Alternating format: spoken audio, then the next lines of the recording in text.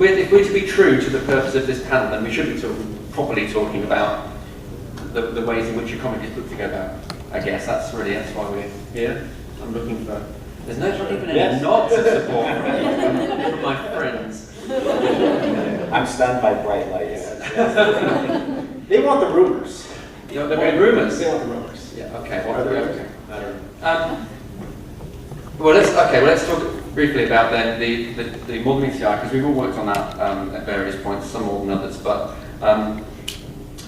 so that has its origins in really the end of Mike Costa's series, which was just the Transformers. It lasted for 30 plus issues, and before the Chaos event happened that Mike and I co-plotted, Mike scripted it. Before that happened, there was already plans afoot to split the comic in two. The ongoing in two, and to launch what was, until recently, Robots in Disguise and More Than Meets the Eye. The focus of one being Cybertron and having more of a political bent, built around Starscream's attempt at gaining control, and the Autobots' attempt at reintegrating the returning neutral faction civilians to Cybertron. That was one, and then More Than Meets the Eye, space adventures in pursuit. Hilarity ensues or not, but yeah, so that was an open-ended quest thing. Nick Roach was involved in the early stages of More Than Meets the Eye, but Nick's on a couple of issues. Alex is the artist. Alex has done far more than any man or woman deserves to have done of More Than Meets the Eye in terms of the back-breaking effort involved in that's only because I threatened Nick to kill him if he didn't get off the book. So.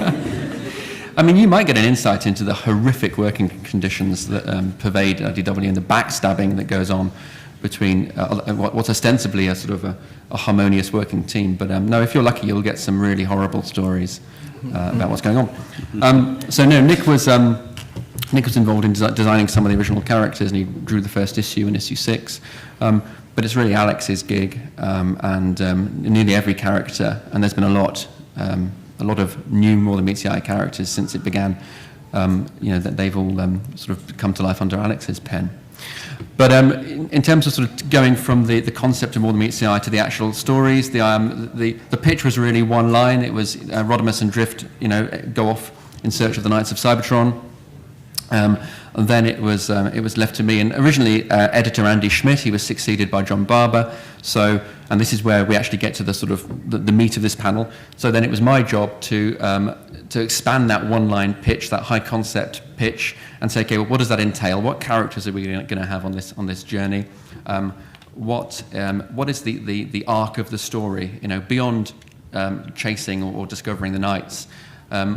What are the individual character arcs? What are the sort of big story beats that you're going to hit along the way after every couple of issues or every 6 issues or whatever?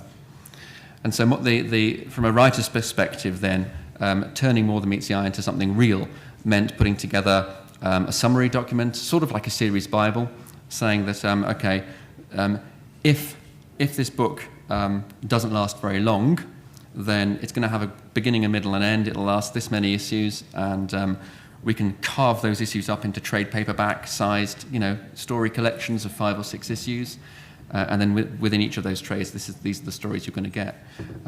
And John and I both wanted to tell more smaller, self-contained, standalone issues and stories. So More Than Meets the Eye was originally planned for 12 issues. We had our fingers crossed and hoped it might last to 16, and then if it took off, we'd relax a bit and we'd plan further ahead.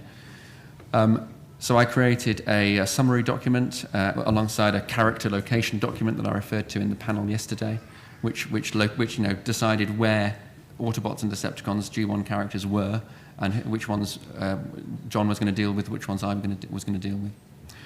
And that document is submitted to the editor for sign-off, like a high-level thing. In the case of Transformers, it also goes to Hasbro for them to indicate that they're happy with the direction of travel.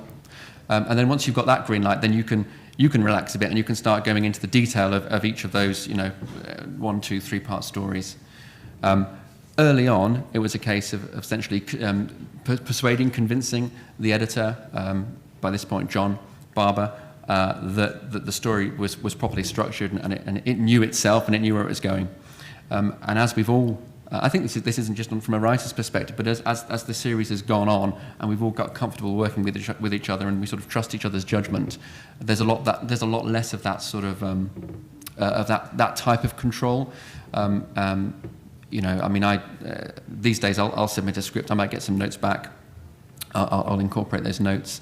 But it's no longer the case that I need to submit to John a detailed breakdown of the story before I start on the script. So there's a summary document was done, that was greenlit. Then I focused on the individual stories. Then you get to the scripts themselves. And I've talked a long time, so I'm not going to say any more yet. I know last time round I was horrific, behind the stage animosity at how I dominated this panel. So I'm gonna be quiet for now. Go on. Well, see, that's public now. Okay, so you want me to carry on talking, but